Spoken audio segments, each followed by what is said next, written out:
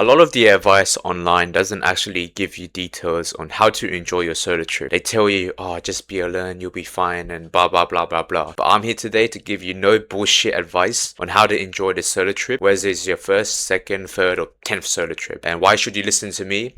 Well, I've solo traveled 10 different countries in 41 days from 2024 to 2026, and I've been through everything from the lowest to the highest to the middle moments. And by the end of this video, you'll know the 5-step process to enjoy the trip once and for all, and you'll be mind blown at the least. I mean, not too crazy mind blown, but you get what I mean. You'll be this chill guy who can enjoy the adventures you'll have while solo traveling. So let's get straight into it. First things first, I want your environment that you book or that you decide to be a more fun environment that allows you the easier time to enjoy different moments.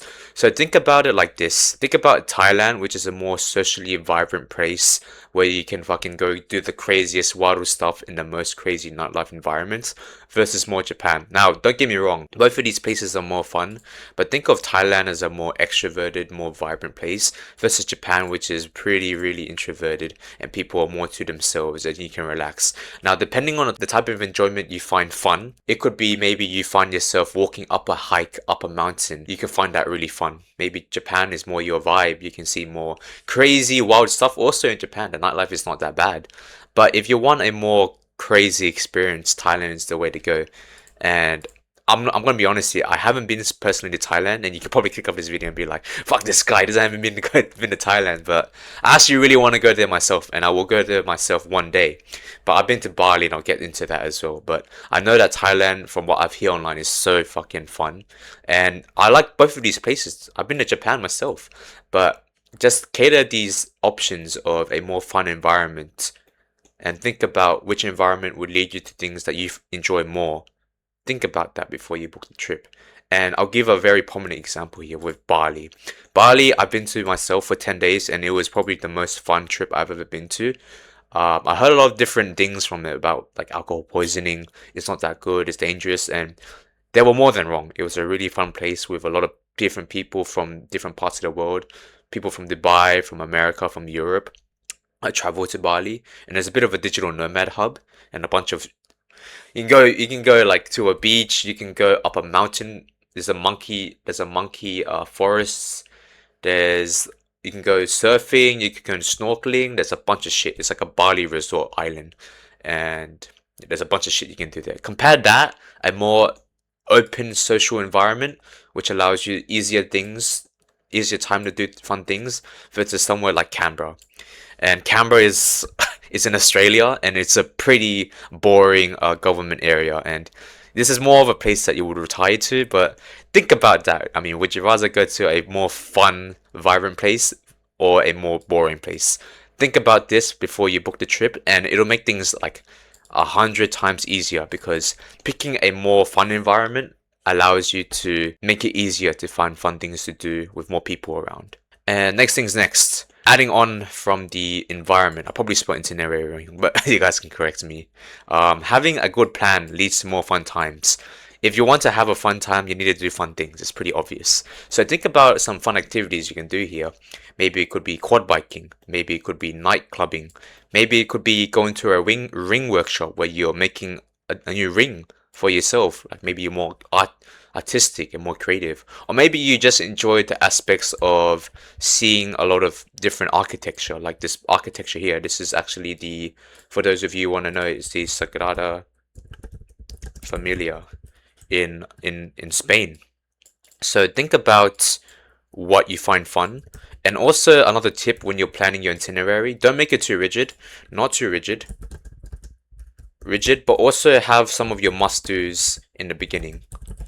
So your must-dos, or the things you find fun that you feel like you have to do to make the most out of your trip. And this is up to you. Maybe you, as I mentioned, you might like this hike or this mountain that you've always dreamed about in this particular area. Maybe you've dreamed about always going to the Sagrada Familia in Spain and wanting to see the architecture there. Just think about the must-dos and put this in your like first to like, I don't know, third night, I guess. Third day. Put it really early on so that you can relax the rest of the trip, and think about it as sort of like, for those of you who are into self-improvement, think about it as delayed gratification. Oh, no.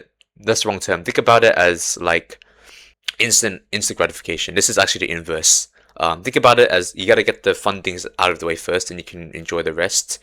Think about it that way, and you can have a more fun time because you don't have to worry about not being able to do what you really want. And it's pretty obvious, but it should be simple and just do the things you want to do on the first day, and have a plan that allows it. If you're going to a goddamn park for 10 days straight, or if you're just eating for 10 days straight, that doesn't really sound like a fun plan. It doesn't really make for fun stories. But if you're mentioning the time where you randomly went to a hostel, you made some friends, you went to a goddamn quad biking session the day after, then you went partying the next day, then you made a ring with them, then you went to a fucking architecture building with them. Imagine the fun that you have compared to just eating for 10 days straight. I mean, to each their own, but I just find this more fun, and having the good plan to start off with would lead to more fun times. And next thing is next, since I actually mentioned making friends. Having friends to go with just makes things easier as well. I gotta edit the text here. Having friends equals 10 times more fun. And I know what you might be thinking here is like, wait, what's the point of solo traveling if you're what's the point of solo traveling when you can't go alone? And to that, I say you can actually solo travel. You can go there by yourself and you can make friends. And there's two types of solo travelers. There's ones who really just want to be alone the entire time, and you can skip this option if you don't want to make friends. That's completely fine. But for those who want to make friends but just have traveled alone there, this is a good step for you guys to make. So I want you to look into different hostels. For example, this is a hostel I went and stayed at in Bali called Lushi.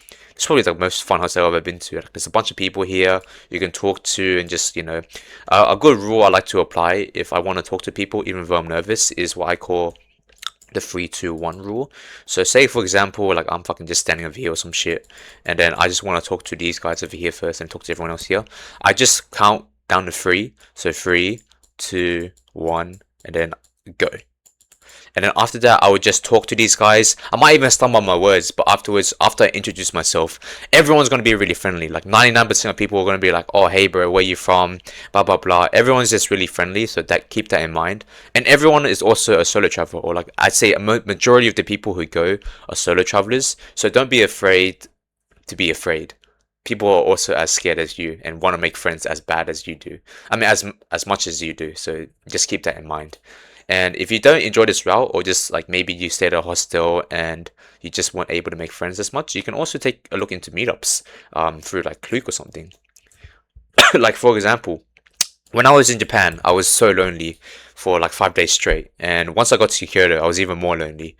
But I just, I took the guts to just book this workshop. I didn't know what to expect, but thankfully I was able to make friends here. I met some people from America, one guy from United Arabs, I think Dubai. So yeah, just do an activity that you reckon you would enjoy and other people would also come around with. And yeah, go to that goddamn matcha workshop, go to that ring workshop like I mentioned before. Just do an activity, like maybe even go to the gym, talk to some people, go to a boxing class, go to a cooking class, just anything that fits within your age range, within our 20s basically.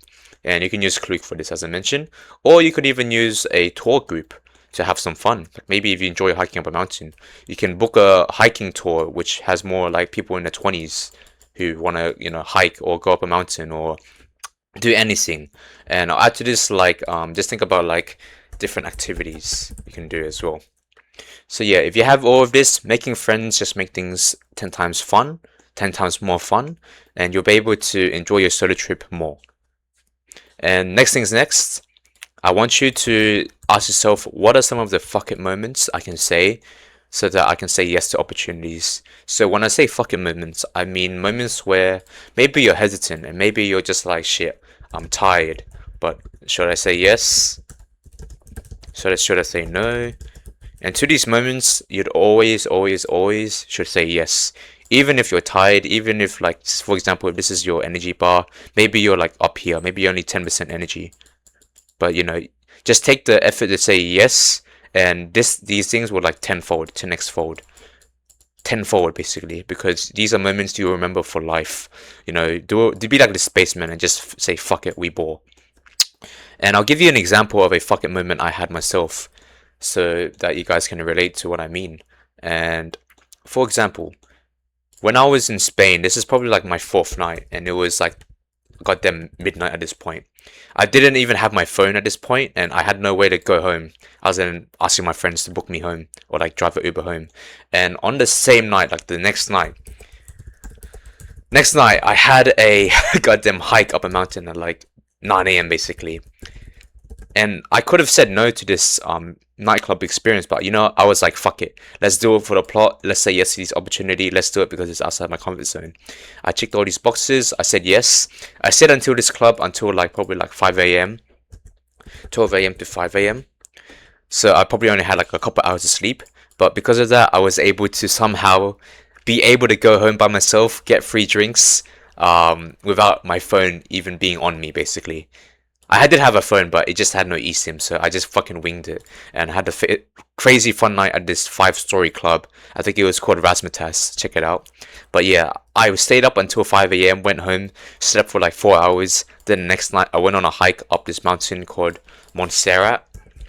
Montserrat is also a font name as well, but this is Montserrat in Spain, in Barcelona. I did that, and I was able to get a nice photo with this girl from America, this guy from America.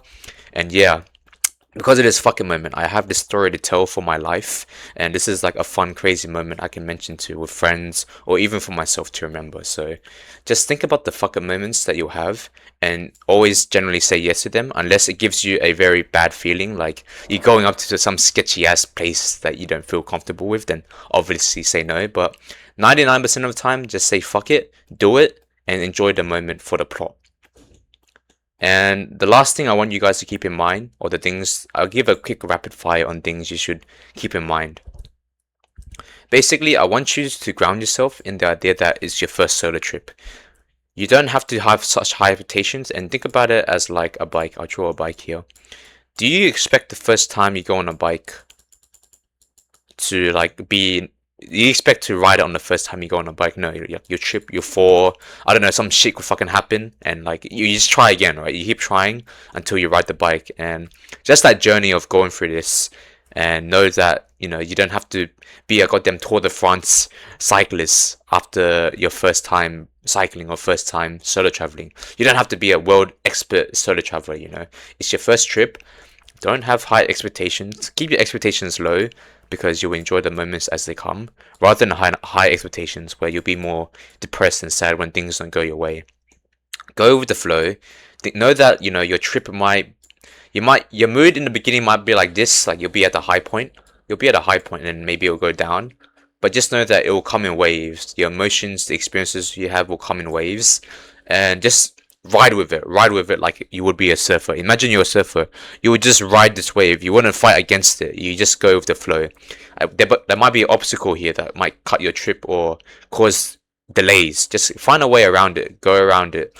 Flow with it like water, basically. Be like this monkey and be kind of, you know, just relaxed. And to that point of the monkey as well, and the idea of loneliness, I want you to embrace that. There times will be lonely. Like you'll be by yourself. You gotta admit to yourself that it's a solo trip. You'll be by yourself. Not every moment has to be crazy fun dopamine. And you might be like this bored motherfucker, but like this monkey, just take your thoughts in, you know. Maybe you'll have some thoughts that pop up.